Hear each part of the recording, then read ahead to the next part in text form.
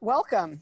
We are wise women who are getting together from Bella Luce Healing Center to discuss real issues through the lens of spirit.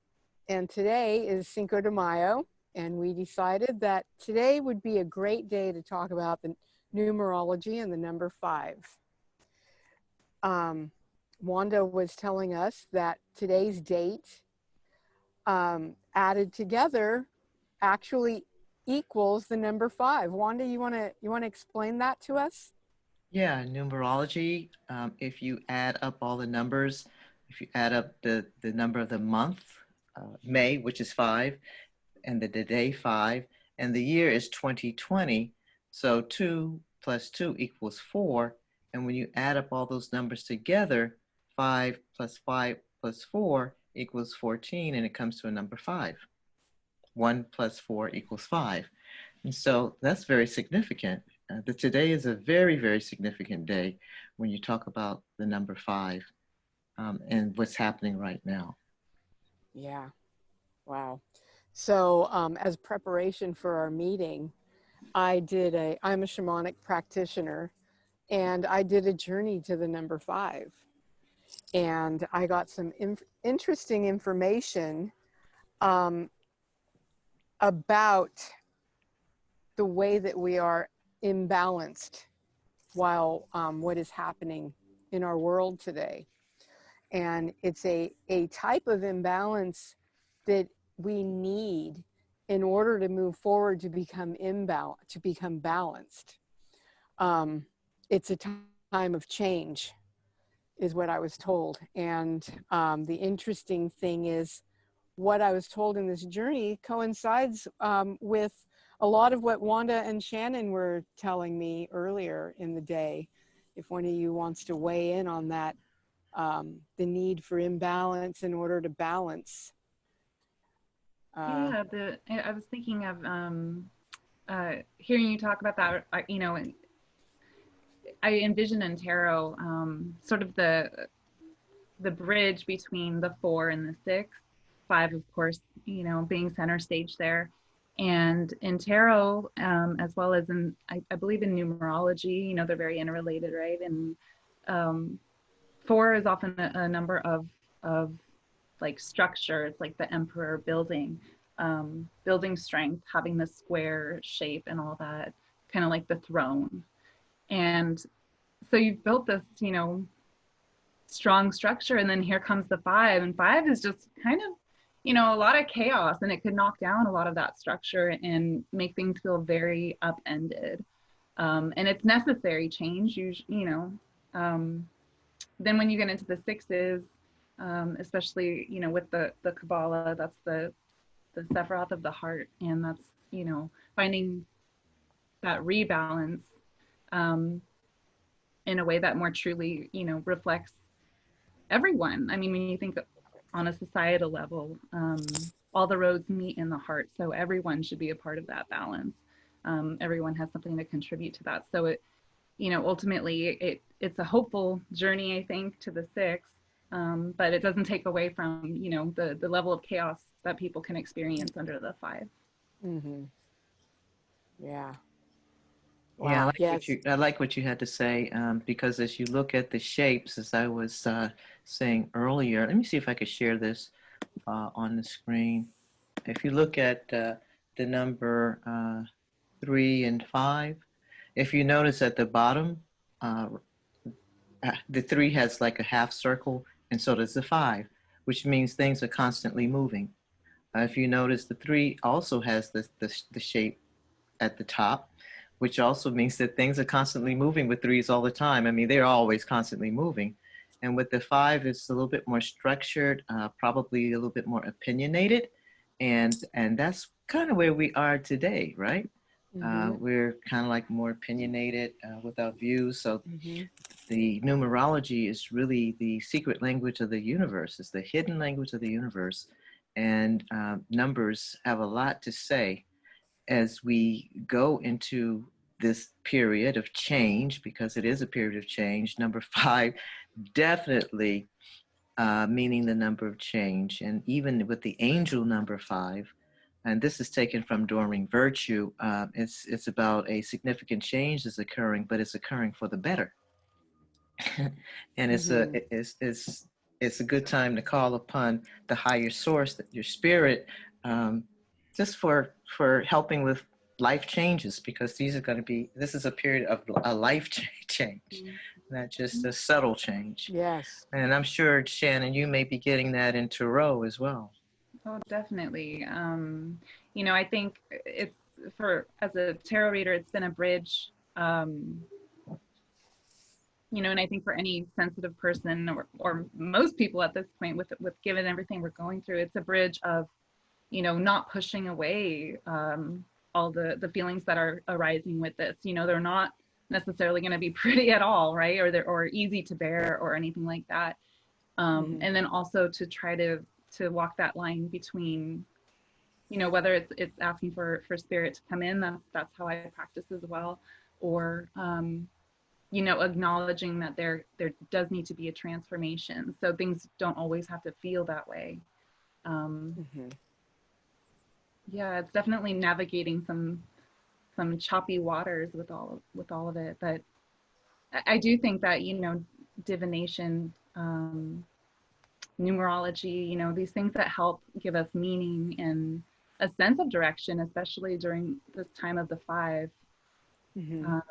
That's medicine, as well. So.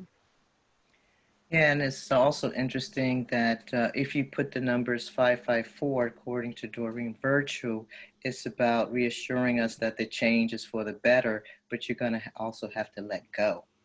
Yes. Yes. And let go and kind of like welcome the new.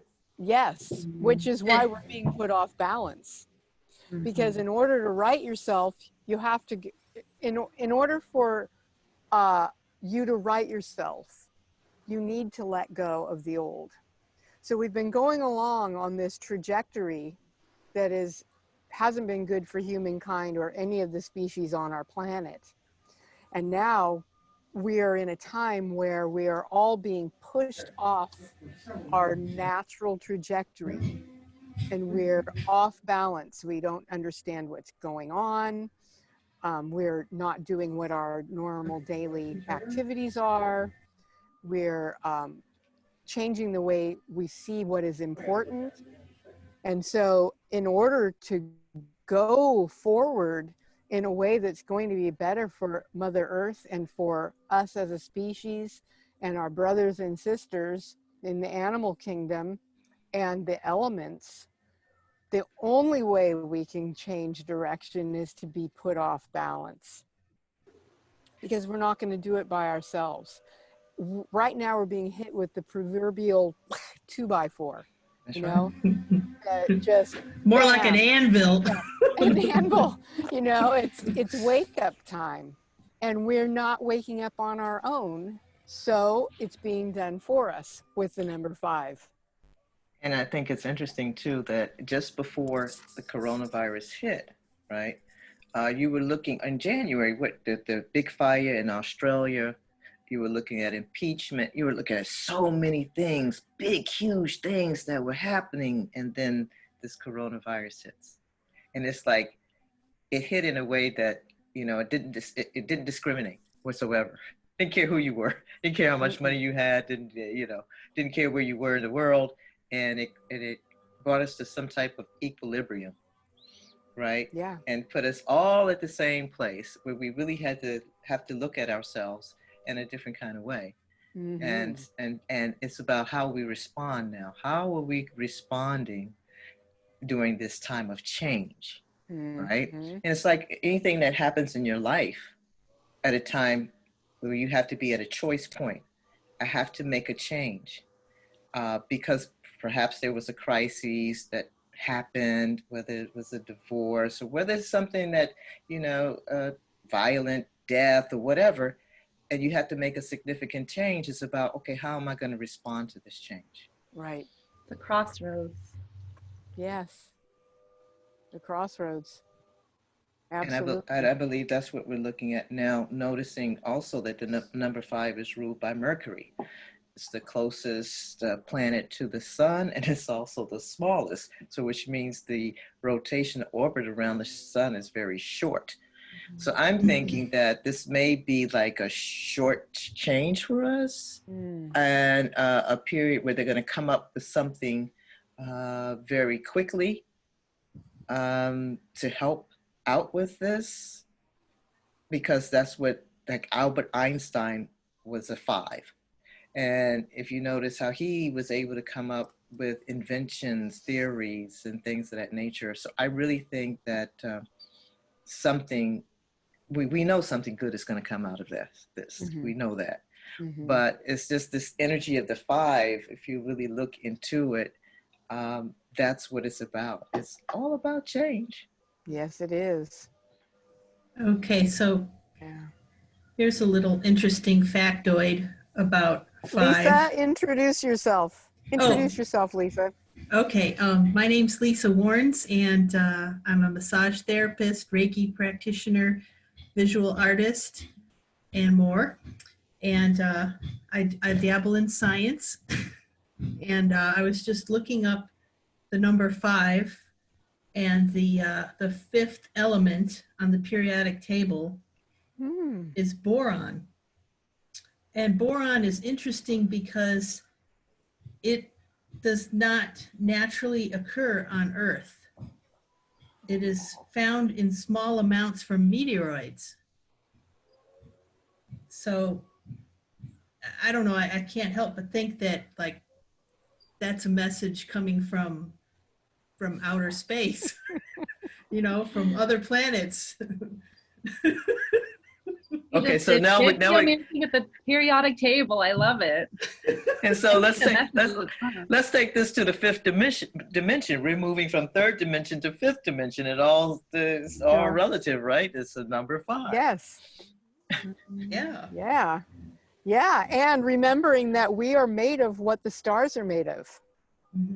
So this is a sign from all that is, from the universe, from the one.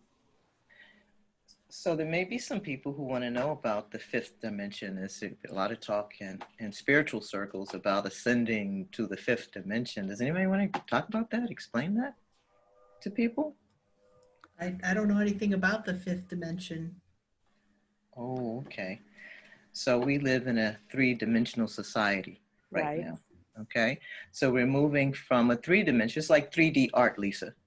Okay. Right? The 2D, you can, I know you're an artist, so you can understand that. Right. And so a 5D is more, and it's interesting, 5G and 5D. Ooh. So what about the 4th dimension? What's that? We're skipping that. We're going past the 4th dimension, just like because it's a time to ascend. And so we're skipping the 4th dimension, going to the 5th dimension, where it's an opportunity to use all of our multisensory perceptions in a way that we've never used them before. So to use telepathy, our clairvoyance, clairsentience, clairaudience, right? Claircognizance, we're going to be using that more than ever, which means we create our own virtual world, because this world is based on the 5 senses, but it's based on the 5 senses from a very, very material world. Yes. If you think about it, the 5 senses, if you look at the scale, the spectrum, the electromagnetic spectrum, we only see up to violet, where birds can see much more than violet, right? And so really our senses only represent about 2% of what is really there. And so to have access to something above that, then we'll be able to see like the birds see, or we'll be able to bring in information, and we create our own world. And so it's almost in a different dimension because it's a different frequency. And guess what? When it's at a different frequency, we won't even know about what's happening at the lower frequency. Right. You know, it's interesting because I recently read a book by a NASA scientist named Dwayne Elgin.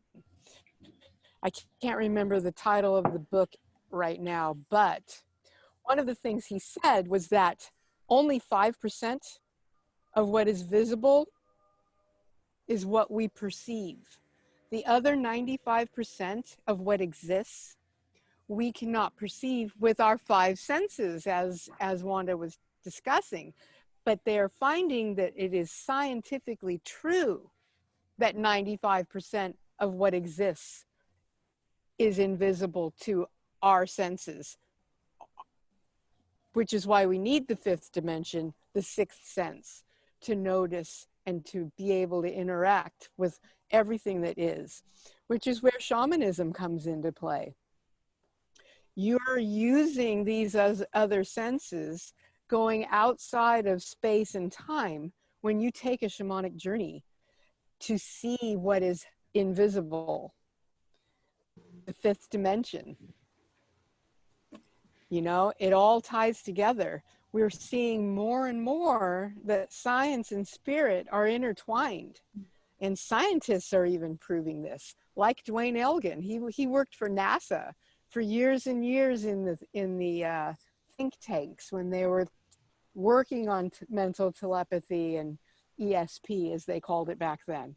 You know, so all of this is becoming visible to us now. We're finding that it's all intertwined, that you can't have one without the other. Science and spirit are a marriage. I just want to tell a little bit, a quote, because I'm writing this book on Nikola Tesla, right? And he talks about... Wait.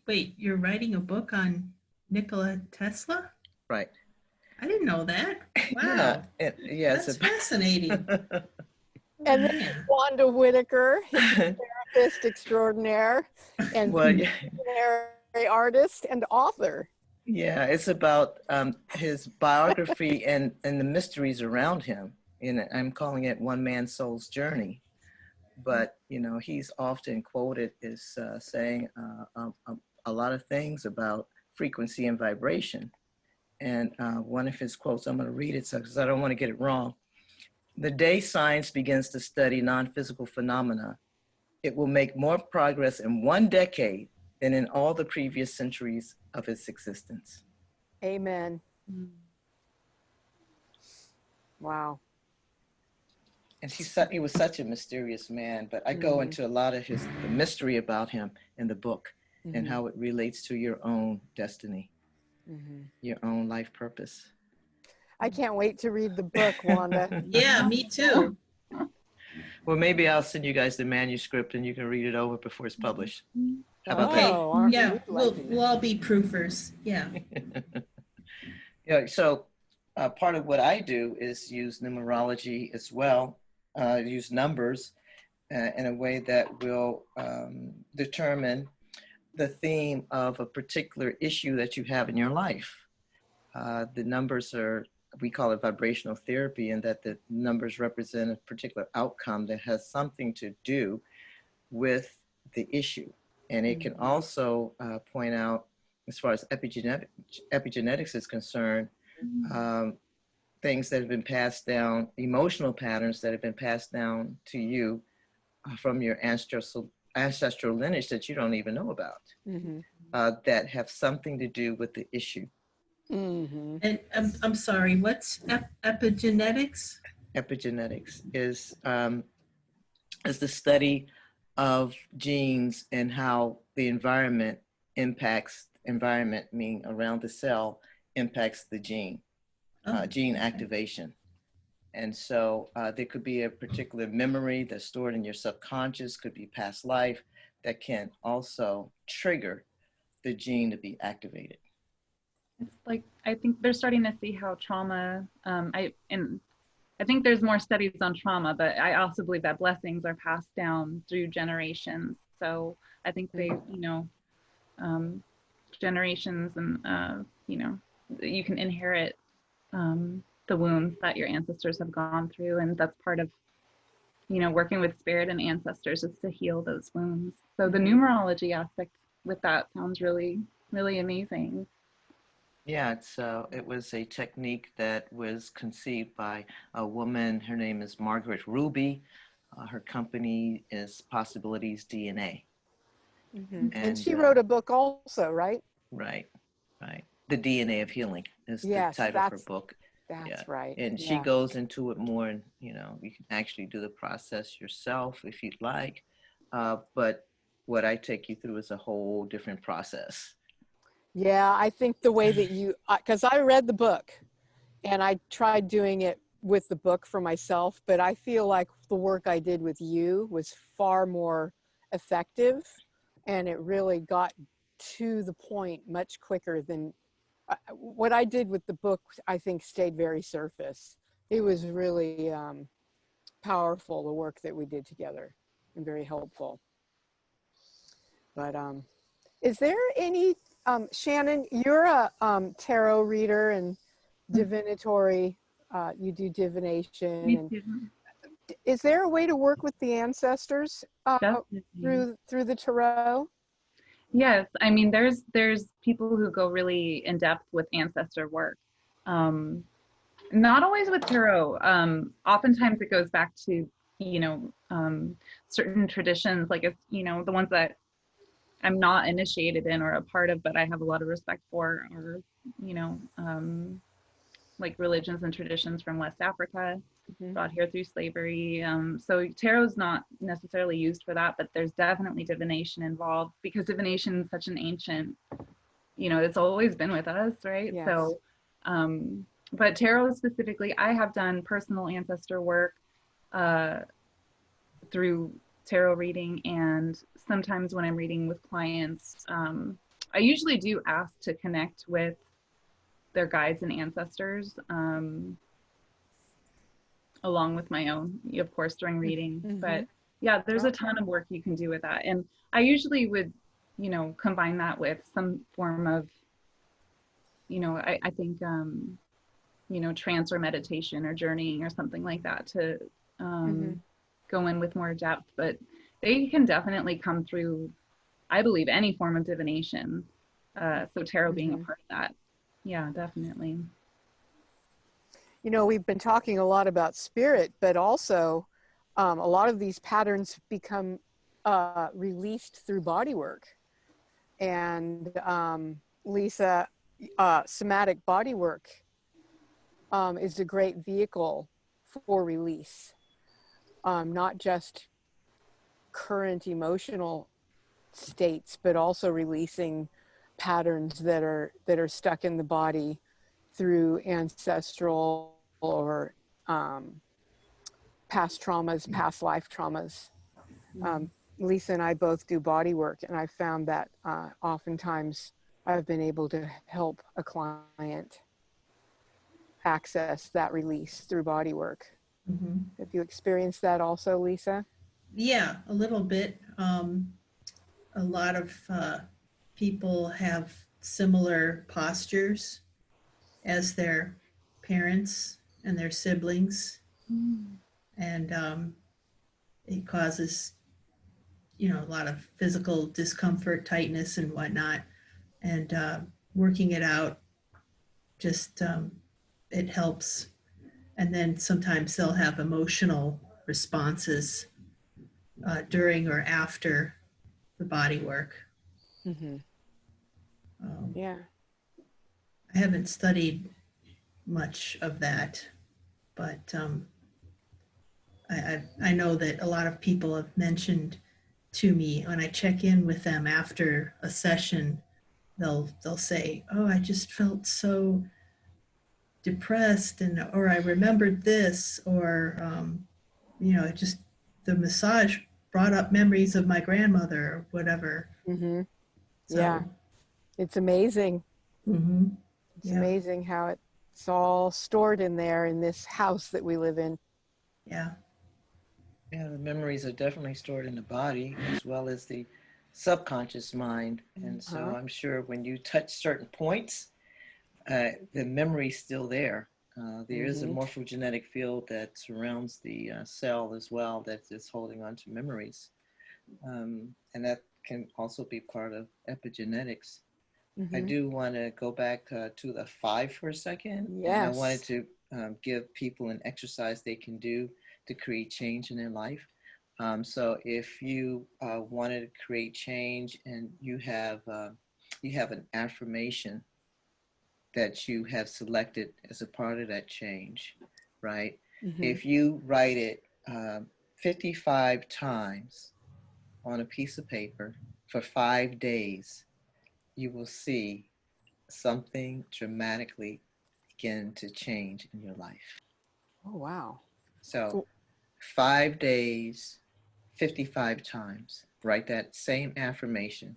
And if you skip a day, you got to go back and count all over again. And can this be typed or does it have to be handwritten? Well, it can be typed or handwritten, but you know, something about handwriting though, that you really put the energy into the pen and paper. It's just something about it that's a little different from, you know, but and your writing has your energy in it too. So having that concentrated is that's right. That's Exactly. work as well. I don't know about you guys, but you know, a form of punishment or whatever in grade school where you had to write down something 100 times. Yeah, I had to do that a lot.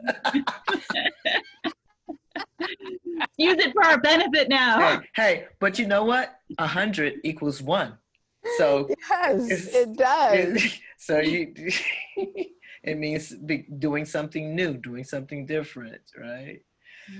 So it's interesting when you truly start looking at numbers, and when you start seeing numbers a lot and noticing them, you need to look them up because it really is a message from the universe, and sometimes that's what is really wanting to get our attention. So why 55? Because I mean, you add that up and that's 10 and then 1. Exactly. 55, because if anything that has to do with 5 is change, and so 5 plus 5 is 10, right? And 5 and 1 is 6. 6 is a more stable number than 5. So you're moving towards more stability, more clarity with the 6, but you're still operating from the number 5. Oh, which brings us right back to what Shannon said in the beginning of our conversation. And the act of doing this is not separating sacred from the mundane. Right. Because you're doing a mundane act, physical act, with the intention, a sacred intention of creating change. Right, and that's a part of keeping your thoughts high, and just staying centered with perhaps prayer and affirmation. Yes. Oh, what a wonderful Practical conversation. methods like that, I think, are really a huge resource for us right now in this time of 5. You know, whether some people call it practical magic, I like that, but you know, it's that intention, it's that those physical acts, something, you know, you could do at your desk or in the kitchen, you know. Absolutely. A lot of strength. So for today, the day of 5, with the rest of the day that we have ahead of us, what can we learn? What can we do to help our change come about? Besides starting to write the 55 affirmations. I was just going to say begin. Yeah. I was just going to say begin. Oh, yeah. Okay. And it is the full moon as well. Wednesday night into Thursday. So it's a powerful time to set intentions and do the writing exercise as well. Mm-hmm. Yes. Mm-hmm. And I think also meditating on the change that you want to see in yourself and want to see in the world.